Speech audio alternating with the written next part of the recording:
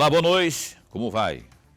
Vai bem? Está no ar pela TV Pantanal, canal 22, uma emissora do Grupo Gazeta de Comunicação, programa Opinião na sua TV Pantanal. Você sabe que a gente está começando um pouco mais tarde, não é? Você percebeu aí, por conta da propaganda obrigatória eleitoral gratuita. Então, até que se encerre esse período, né? Acho que semana que vem, suponho, a última sexta-feira, acho que dia 28, não sei se vai ser dia 28, enfim, a gente está obedecendo, então, por isso começando um pouquinho mais tarde do que o comum, que o programa geralmente começa às 7h30 da noite.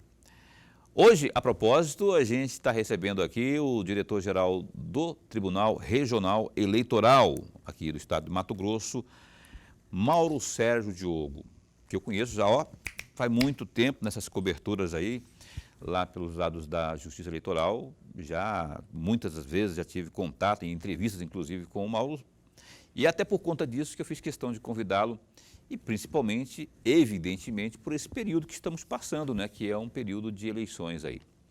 Fique bem à vontade para se informar, ou se tiver alguma pergunta para interagir conosco, via WhatsApp 99932-2529.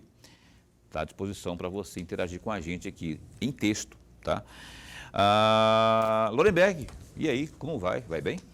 Muito bem, Paulo, mas muito bem mesmo. Boa noite, Paulo Coelho, e um grande abraço, mas um grande abraço mesmo a todos os nossos telespectadores, a razão maior do nosso programa. A quem eu cumprimento, você que assiste ao programa Opinião pela internet, pelo www.gazetadigital.com.br e também pela página no Facebook da TV Pantanal. Muitíssimo obrigado pelo carinho da fiel companhia.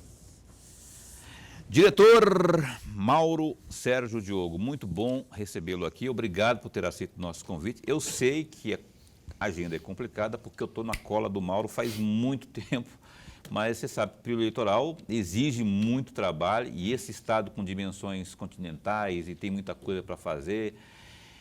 Enfim, deu certo. Obrigado por ter vindo. Eu vou perguntando, rapaz, porque tivemos um primeiro turno, pelo que eu percebi como jornalista e como cidadão, aparentemente tranquilo aqui no estado de Mato Grosso, ou não?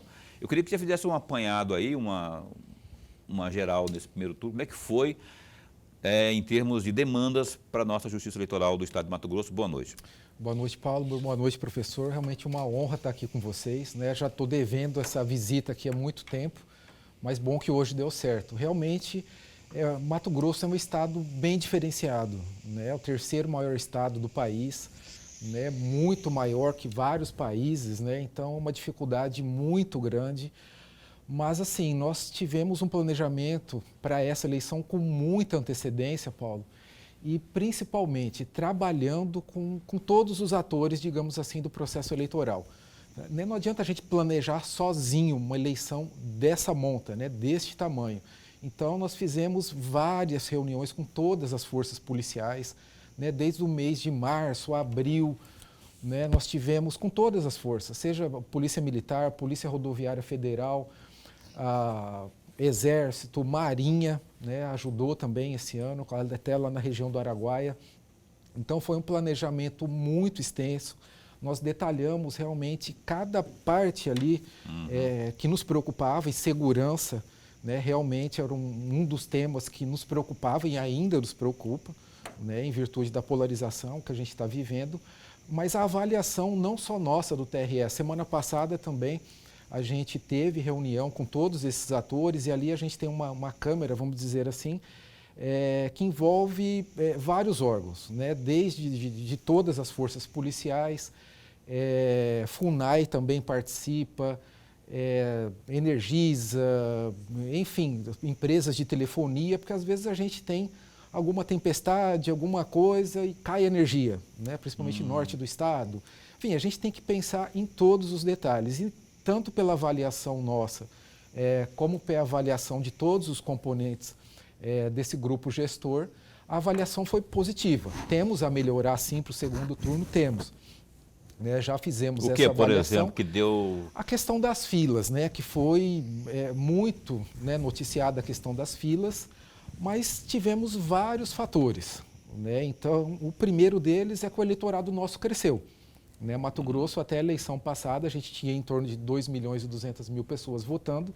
Esse ano saltamos para quase 2,5 milhões. Então o eleitorado cresce, né? O interesse por votar cresceu.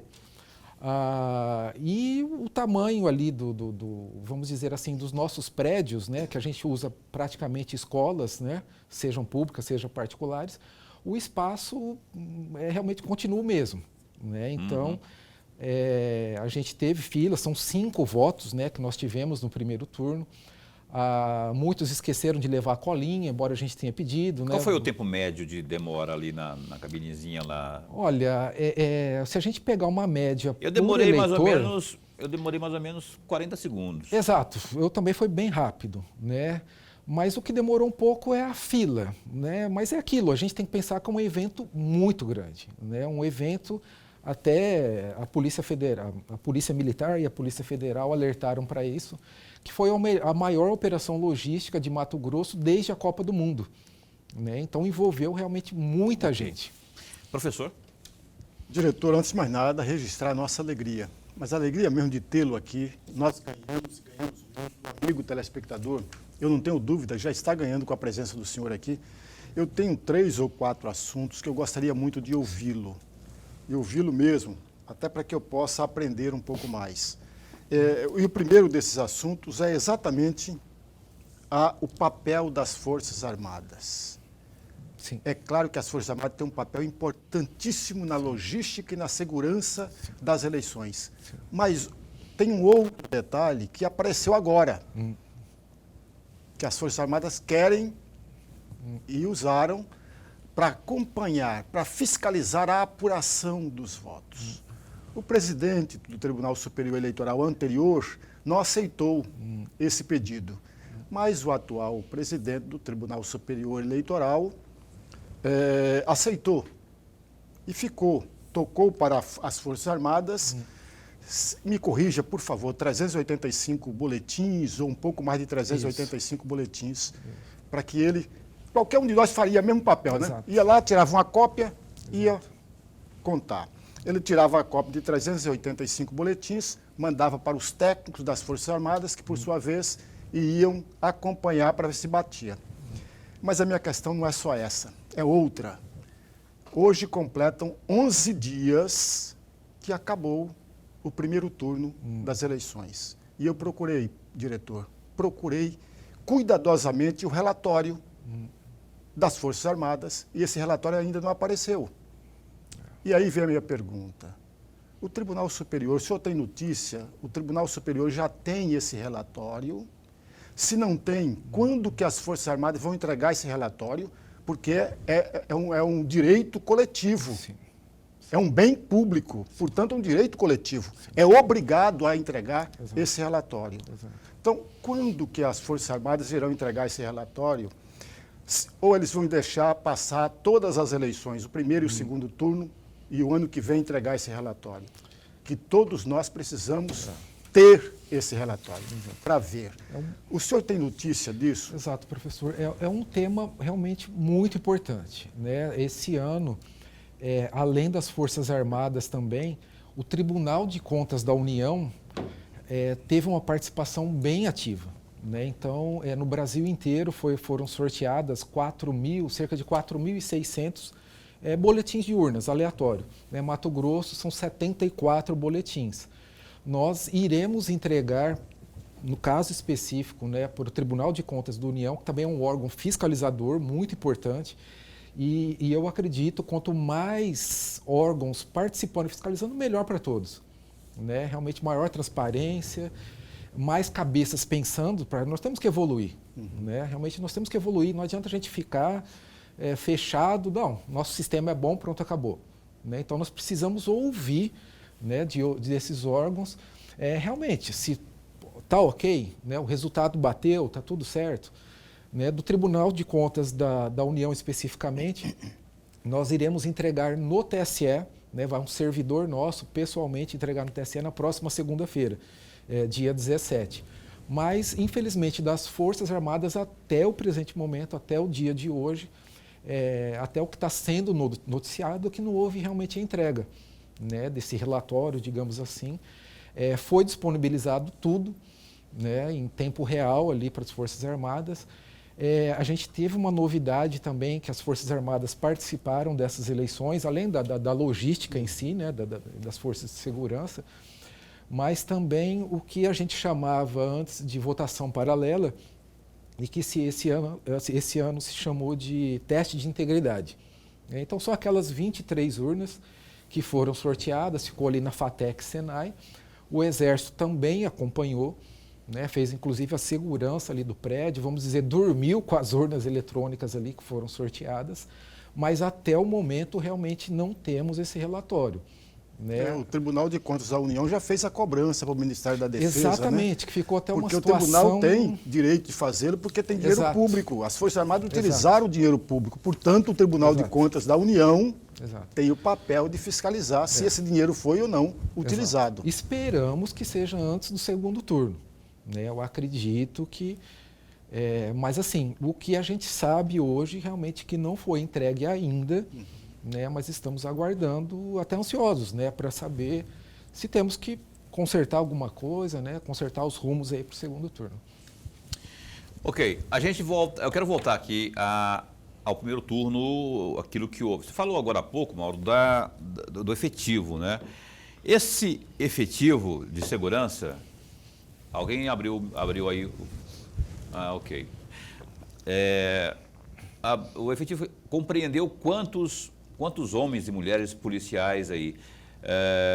E aí, quem esteve envolvido? Foram todas as forças de segurança, militar, civil, o exército, enfim. Como é que foi isso? Sim, todas as forças de segurança. A gente teve, como sempre a gente tem aqui em Mato Grosso, algumas situações. Esse ano foram 51 locais de votação em aldeias indígenas. Então, parte foi, digamos assim, coberta pela Polícia Federal, parte pelo Exército. Né, mas no todo, respondendo a sua pergunta, foram aproximadamente 7.000 agentes policiais.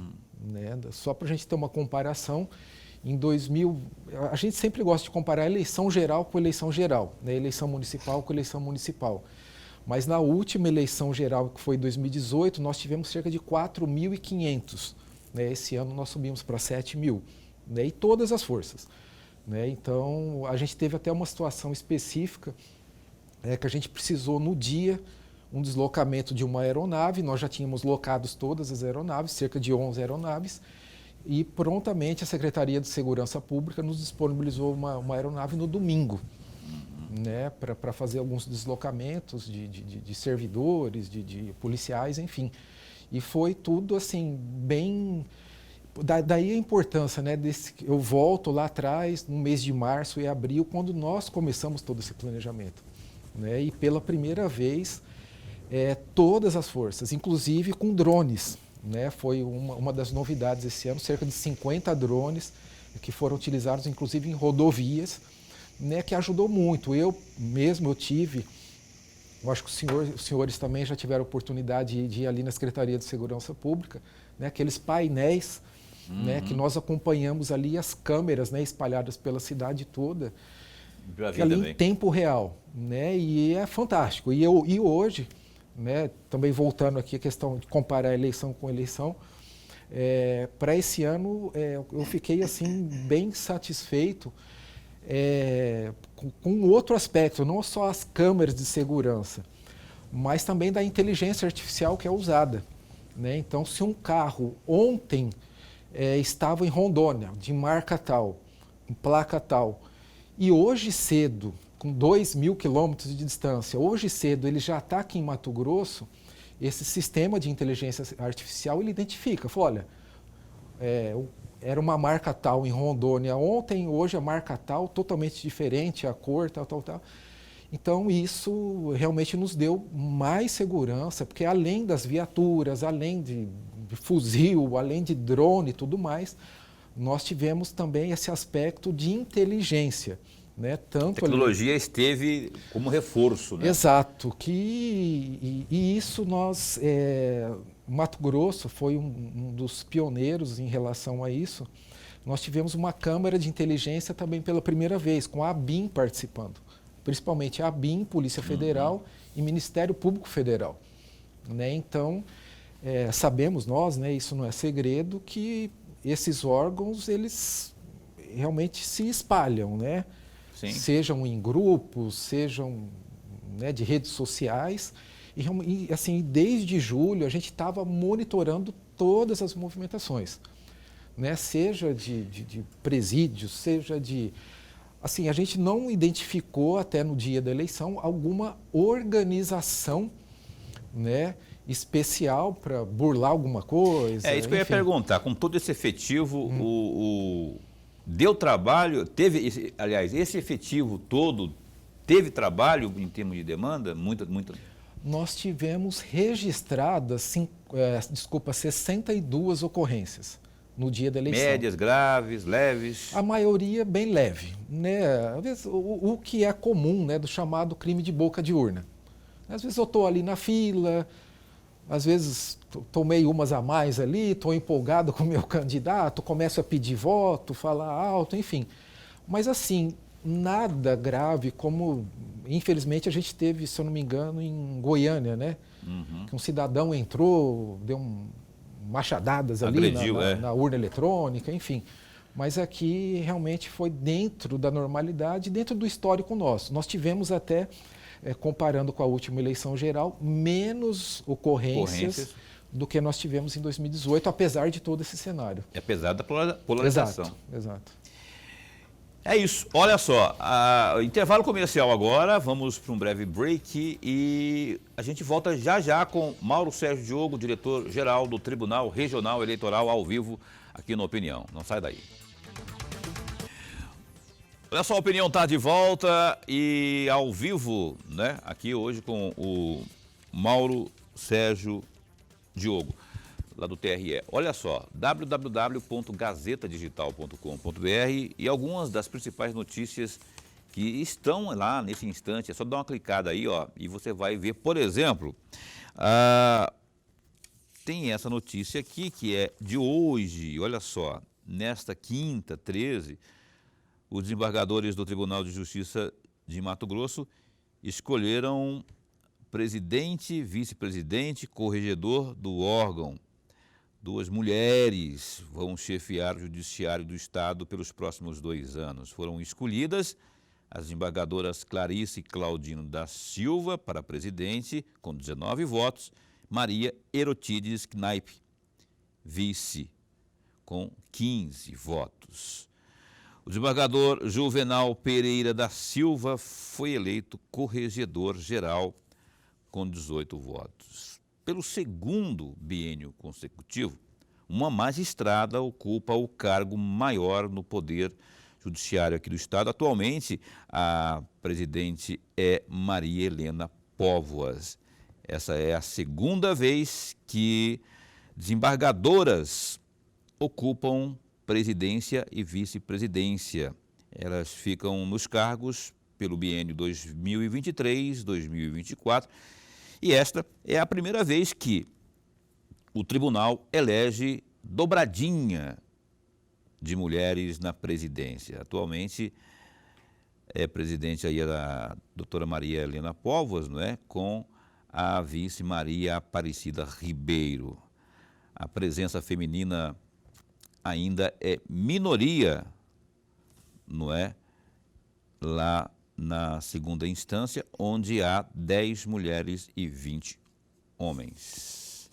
Parabéns aí para essa nova composição. Olha só, mais um destaque que está aí, ó, no Gazeta Digital. Os proprietários de veículos com placa final 0 têm até o dia 31 de outubro para pagar o licenciamento 2022. A taxa pode ser emitida no site do Detran Mato Grosso, na opção Consulte seu veículo ou pelo aplicativo MT Cidadão.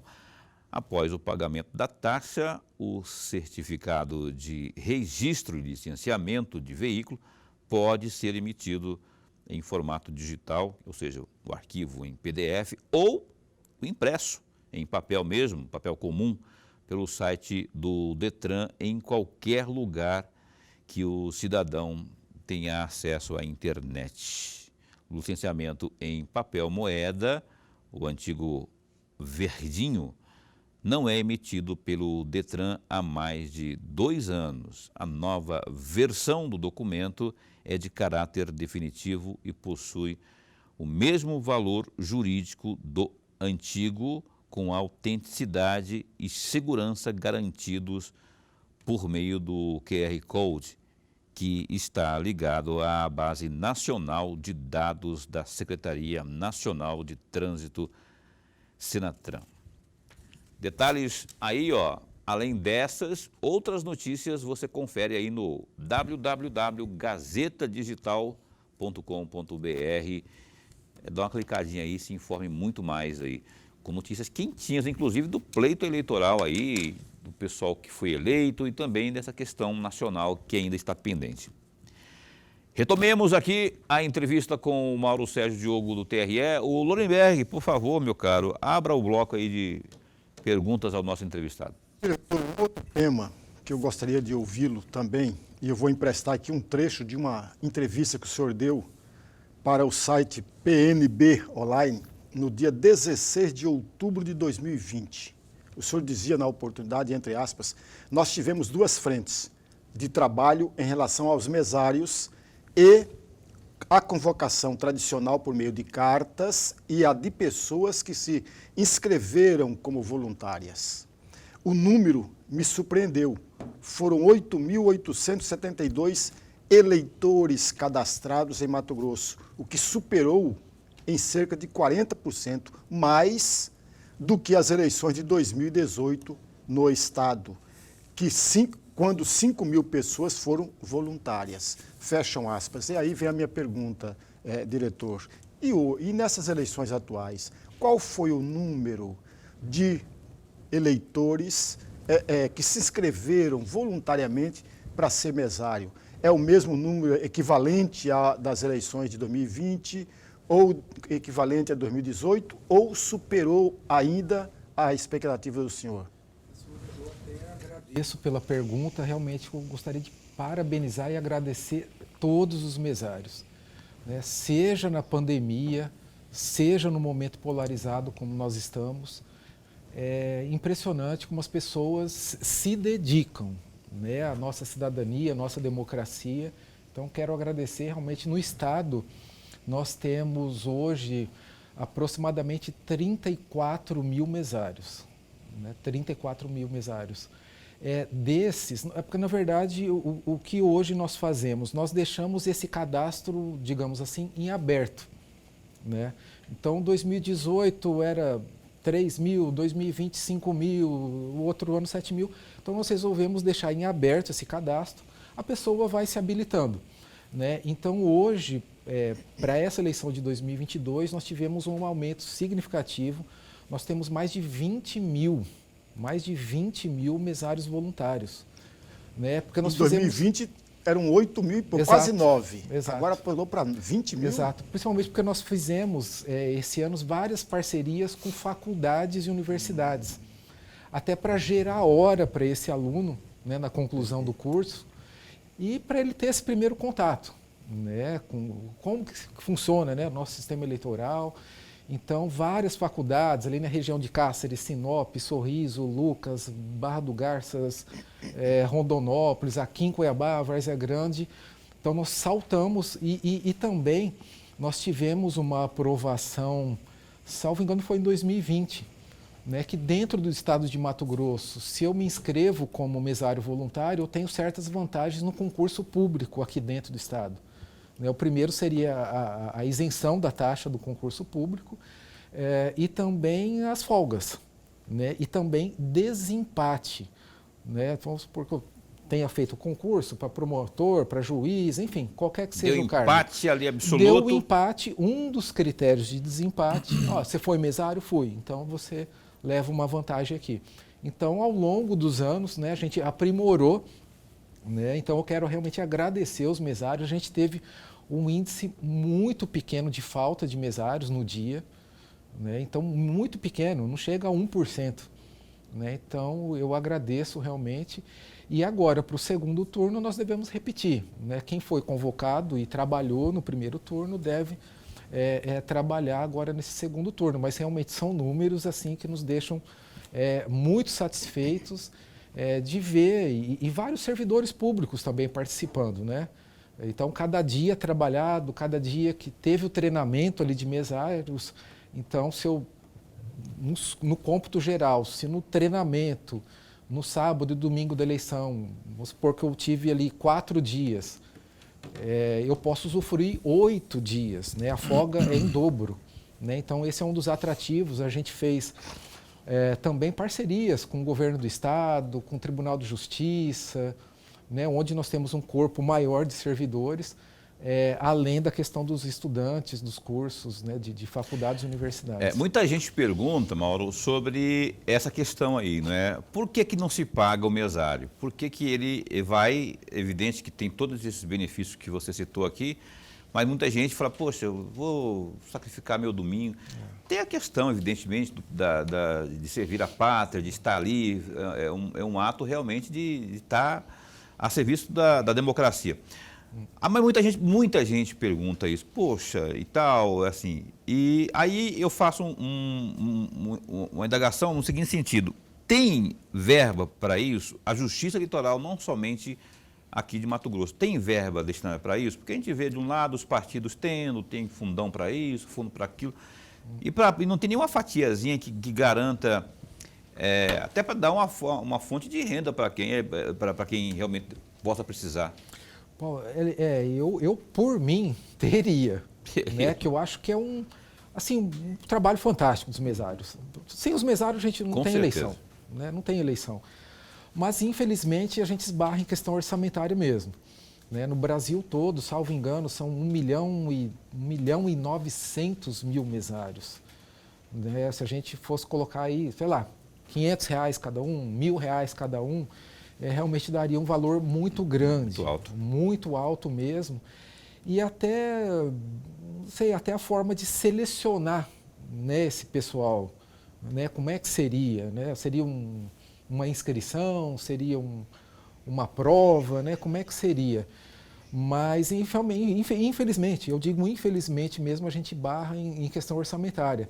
E se me permite, né, falar em questão orçamentária, é interessante isso. Nós tivemos, comparando com a eleição de 2018, o Tribunal Regional Eleitoral de Mato Grosso, nós tivemos 24 milhões em valores corrigidos, né? 24 milhões de reais que foram disponibilizados ao TRE de Mato Grosso. Agora dobrou. 4 anos depois, com os preços lá em cima, com inflação e tudo mais, o nosso orçamento foi de 21 milhões. Ué? 21 milhões. Estou achando que você vem falar que dobrou, você está falando que... 21 milhões e nós conseguimos fazer a eleição. Menino do céu. Fazer a eleição. Mas é aquilo, né? Requer muito planejamento. Uma das situações, só para a gente ter um exemplo, que nós tivemos que economizar, né? Ou aqui ou ali a gente falou, olha, vamos colocar a cabeça para pensar, temos que economizar. Até 2018, né, nós fazíamos sempre a apuração e totalização ali no Centro de Eventos do Pantanal. Aquilo não era de graça. Por isso que então, agora está no Vida CPE, lá na Casa da Democracia. Exato. Então, só isso em valores de 2018, nós gastávamos ali em torno de R$266 mil. Só para apuração? Só para apuração, porque é um espaço locado, né, e toda a infraestrutura. Né, toda a infraestrutura ali, mesmo assim de puxado, internet, tudo, recepcionista, né, você lembra muito bem, né? O professor também já esteve lá, estacionamento, enfim. Então a gente teve que fazer essas parcerias, né, com outros órgãos e deu certo, né? Em 2020 nós já fomos para o tribunal, não foi nem tanto por questão econômica, mas em razão da pandemia. Falou, não tem como a gente reunir aqui 4 mil pessoas. Aquilo lá estabeleceu um novo normal. Falou assim, deu certo, então vamos manter por aqui. E hoje com a tecnologia, né? Todo mundo pode acompanhar do celular, do computador, em casa, onde tiver, né? Pode em tempo real. Eu mesmo falei, eu vou lá na casa, lá no TRE, lá no tribunal lá, mas aí eu estou vendo tudo por aqui. Eu falei, o que eu vou fazer lá? Não vai agregar muita coisa. Eu fiquei em casa mesmo, né? Exato. Pois é. E essa questão aí do mesário, então, não tem verba para isso, né? Aí o Boca aqui, falando para o nosso diretor, falando aqui, o Paulo, podia R$100 já ajudava. Já. Pois é. Esse ano nós tivemos, foram para fins de alimentação, né? Para fins de alimentação, que a gente paga toda a alimentação dos mesários, dos colaboradores, enfim, de todas as pessoas envolvidas. Nós tivemos R$45 disponibilizados pra lanche, né? por mesário, para lanche e tudo mais. Mas, assim, isso dos números que chamam a atenção, né? Ontem, no jogo do Corinthians e Flamengo, nós tivemos 46, 47 mil pessoas, se eu não me engano, né? O estádio lotado. Nós tivemos 50 mil pessoas, né, no dia da eleição trabalhando, e nós tivemos que alimentar, né, todas essas 50 mil pessoas. Verdade. Lorenberg, das que você tem, a mais curta para esse bloco ainda. Senão, nós vamos ter que apelar para o próximo bloco. Mas é muito rápido aqui. Tem um projeto de lei do Executivo, foi mandado para a Câmara, lá de Lucas, do Rio Verde. O projeto é 139, de 11 de novembro de 2022. De 11 de novembro de 2021. Ele autoriza o chefe do Poder Executivo ceder para o Tribunal Regional Eleitoral 6 estagiários, num tempo de 2 anos, no mínimo. Essa aqui é uma prática comum de todos os municípios. Essa parceria existe não apenas com o Lucas, mas todos os municípios, ou não? Ou Sim, isso foi uma exceção? Não, nós temos em vários municípios. Inclusive, nós utilizamos dessa ferramenta, professor, muito quando nós estávamos fazendo a revisão biométrica aqui em Cuiabá e Várzea Grande. Né? Olha, com o nosso corpo de servidores no tribunal é muito pequeno. Né? Só para a gente ter noção, no estado todo, se a gente somar o estado todo, tanto a sede como todos os 57 cartórios eleitorais, nós temos aproximadamente 500 pessoas apenas, 500 servidores apenas. É menor do que o Fórum de Cuiabá, né? Muito menor que TJ, muito menor que TRT. Então, realmente é comum. Aqui em Várzea Grande, né, também nós temos essas parcerias, Barra do Garças, enfim. Naqueles municípios, é lógico que a gente solicita. Lógico, a gente sabe das dificuldades, a gente não vai chegar num município pequeno que tem um orçamento muito reduzido, né? A gente também não quer avançar nesse sentido. Mas naqueles municípios que têm condições, né, a gente faz esse tipo de parceria, sim, é comum. Muito bem, vamos para o intervalo. Ô, Lorenberg, antes para o intervalo, eu falei agora há pouco na abertura deste bloco dessa notícia do Gazeta Digital, né, de hoje, dessa nova composição ali no TJ, rapaz. Eu fico muito feliz, porque eu não falo da boca para fora, te juro por Deus, esse programa aqui abre espaço há mais de 2 anos e meio para a causa da mulher, não é? Tanto daqueles que vêm aqui para, evidentemente, trazer políticas, reverberar políticas públicas aí no combate à violência doméstica, como também do empoderamento feminino.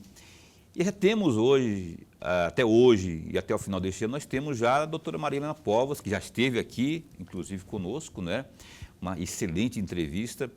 E agora a composição genuinamente feminina, evidentemente que tem o doutor Juvenal, né? Mas assim, a presidência e a vice-presidência com 2 mulheres, eu acho que o negócio elas estão vindo para valer, né?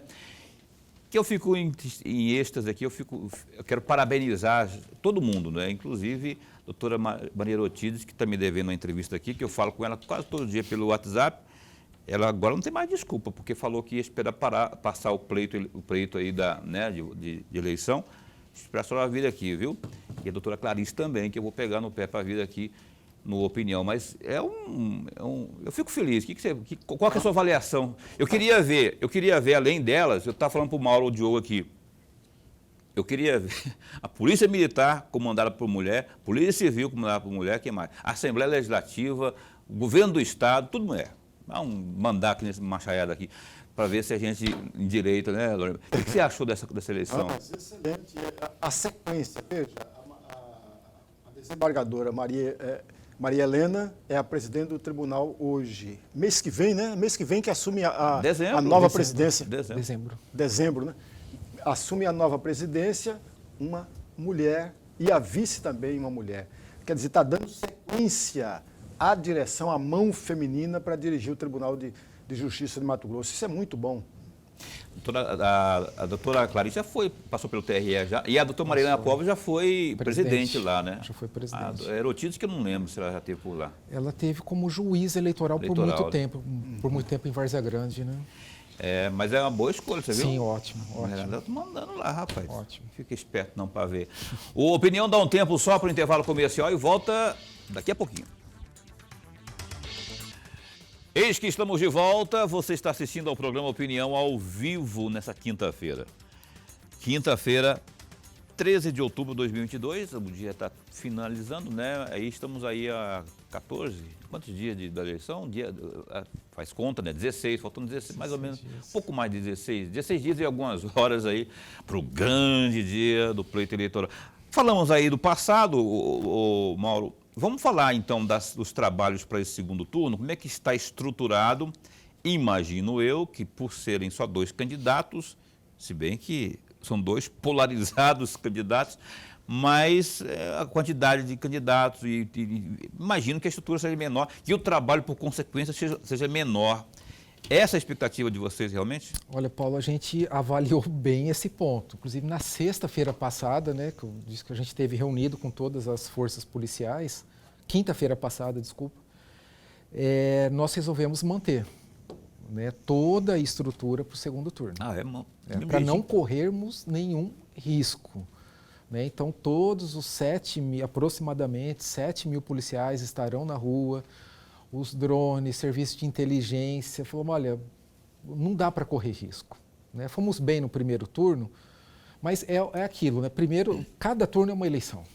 Né? Embora a gente não tenha, vamos dizer assim, aquele calor maior, né, de candidatos regionais, mas o momento, eu também concordei, né, na época lá da reunião, não dá para a gente realmente bobear. Né? Então vai ser mantido toda essa estrutura, com aviões, deslocamento para as aldeias, para os locais de maior difícil acesso, os transmissores de satélite. Né? Nós temos mais de 107, 108 transmissores de satélite, então a gente vai manter toda a estrutura para o segundo turno. Que bom, seguro morrer de velho, né? Então fazer logo para não ter problema depois. Melhor garantir, já que tem a estrutura aí, só repetir, copia e cola. Pega lá o primeiro turno, põe no segundo turno e pronto, vai garantir o sucesso que foi lá em termos de realização. Dorenberg. Diretor, tem um outro tema que eu gostaria muito de ouvi-lo. Particularmente, eu tenho muitos olhos voltados a isso, embora os meus olhos não alcançam tanto, né? Que é exatamente o assédio eleitoral por parte das empresas. Como que o tribunal está recebendo essas denúncias, ou ainda não chegou denúncias aqui, muito embora tenha acompanhado, o Tribunal Superior Eleitoral está de olho muito atento nisso aqui. Nós já vimos esse filme em eleições anteriores, a de 2018 nós tivemos um número grande de empresas envolvidas. Como o senhor está vendo isso? Como o Tribunal Regional Eleitoral de Mato Grosso está vendo esse assédio eleitoral das empresas? Professor, além da visão como tribunal, né, mas principalmente como cidadão, é triste, né, ver esse tipo de coisa ainda agora, em 2022. Né, é triste. Né, eu acho que a gente está... Eu não digo que nós estamos maduros, né, uma democracia madura, mas nós, né, estamos bem. Né, a gente... É sempre um candidato eleito, dentro da normalidade, tomado posse, né, respeitado as instituições, e é triste ver isso, realmente é triste. Nós estamos monitorando tanto aqui o Ministério do Trabalho, né, como também a Procuradoria da República, a Procuradoria Eleitoral está monitorando. Foi feito agora essa semana um canal, de cabeça que eu não tenho um endereço eletrônico, mas é um canal tipo uma ouvidoria específica para denúncia desse tipo de crime. Porque a Justiça Eleitoral, nesse primeiro turno, e já foi assim nos anos anteriores, nas eleições anteriores, né? Tem o Pardal. Sim. E tem uma tecnologia muito boa, aliás, que está no país inteiro. E a minha pergunta é essa: como foi, em termos quantitativos, a performance do Pardal. As pessoas acionaram bastante, o que foi o tipo de denúncia mais acionado? Nós tivemos até, em termos gerais, né, de números, muito parecido com 2018. Né?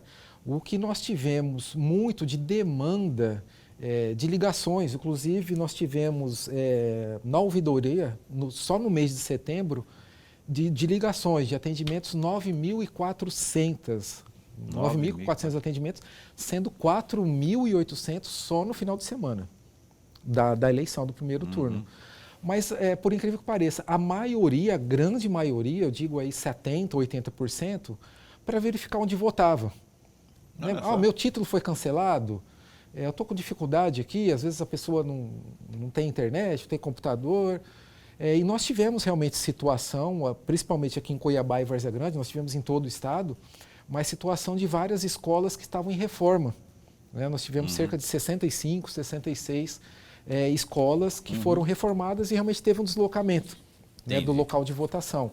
Mas assim, foi dentro da normalidade e a maioria ali, não digo nem das denúncias, né, das ocorrências ali, é mais alguma propaganda irregular, né, alguma tentativa de compra de voto. Então tudo isso está sendo apurado, né? Nós mudamos a sistemática, antes ficava no cartório eleitoral, com o juiz eleitoral. Falamos, olha, não está correto isso, tem que encaminhar para o Ministério Público. Né? O Ministério Público que acusa, que oferece alguma eventual denúncia. Então foi tudo direcionado ao Ministério Público Eleitoral e agora está fazendo aquele crivo, né? Vendo o que tem de elementos comprobatórios, o que é uma mera denúncia sem nenhum... fulano de tal está comprando voto no bairro tal. Né? E isso realmente, acredito, que não será levado em consideração. Mas nós tivemos um número bem parecido com 2018. Eu queria que você respondesse, antes de passar para o Lorenberg fazer a última pergunta dele, bem rapidinho, que você me respondesse aqui, Mauro, o e-título, fazendo um paralelo aí com a decisão do ministro Alexandre de Moraes da proibição, naquela portaria lá, de não poder entrar com o celular lá até a cabine. Eu, por exemplo, não levei o celular, deixei no carro, porque, né, quem tem juízo obedece, decisão judicial. Mas eu tinha aqui o meu e-título, eu queria me identificar com ele, né? Teve problemas em relação a isso? Não, o que a gente percebeu, Paulo, foi que muitos, né, e isso é costume nosso, a nossa vida particularmente está dentro do celular, né, banco e tudo mais, mas muitas pessoas gravavam a colinha. Né, a gente não levou, né? O lembrete, né, dos números, que são muitos números, né, para lembrar ali na hora. Mas assim, a gente não teve, por isso da importância das forças policiais, né, porque isso realmente não foi nenhuma novidade desse ano, não foi uma invenção nossa da Justiça Eleitoral.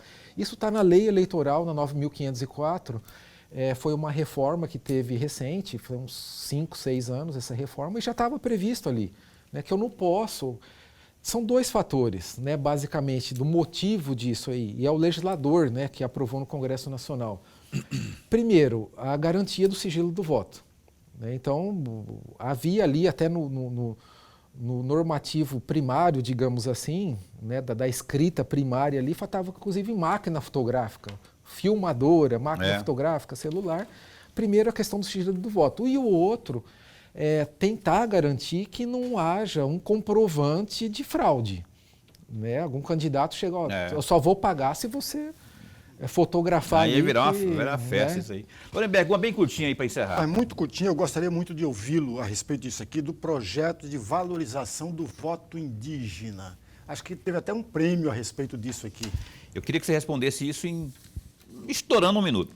Porque a gente esse tema eu gostaria até de falar mais, mas enfim, nós tivemos realmente um projeto muito interessante ali em Campo Novo dos Parecis, na região de Rondonópolis. Nós sempre fazemos questão, professor, não importa o valor que vai custar esse voto. Né? O voto é único, tem um valor único para todos nós. Né? Somos todos irmãos, somos todos, né, e vivemos no mesmo país. E se um voto aqui em Cuiabá, isso numa média, custa 50 centavos, numa aldeia indígena custa R$50, não interessa. Né? Nós temos a nossa obrigação levar a urna ali. E esse ano nós tivemos um projeto muito interessante que foi reconhecido pelo TSE, de uma cartilha multilingüe. Então, da Olha só. importância do voto, do direito do voto. Traduzida para a língua dos caras? Traduzido para a língua ali em Campo Novo dos Parecis. Um evento Olha só. muito bom, fantástico o evento, eu tive participando. E um outro na região de Rondonópolis. Então, nós fazemos questão realmente de levar para todos, né? Seja indígena, seja difícil acesso, todos devem ter garantidos ali o seu direito ao voto. Mauro, eu queria continuar o papo, tem muita coisa para falar, mas olha, que seja a primeira de uma série de outras tantas, né? Eu sei que é muito corrido por lá, mas esse espaço continua sempre à disposição, sempre a postos para bem informar. Obrigado por ter vindo. Obrigado, o prazer é meu, a honra é minha, realmente estamos sempre à disposição. Obrigado também a Andréa Martins, que é nossa assessora, que é assessora de imprensa de lá, nossa colega, né, de jornalismo e assessora de imprensa lá do TRE. Obrigado, Andréa, pela força de hoje também, viu? Dona Emberg, então a gente se encontra amanhã com o nosso entrevistado, que será o tenente-coronel do Corpo de Bombeiros, Crivelli, Paulo César Crivelli, diretor adjunto de segurança contra incêndios e pânicos do Bombeiros Militar. Não perca às 7h40 da noite, nessa sexta-feira. Até lá, fica bem, fica com Deus também.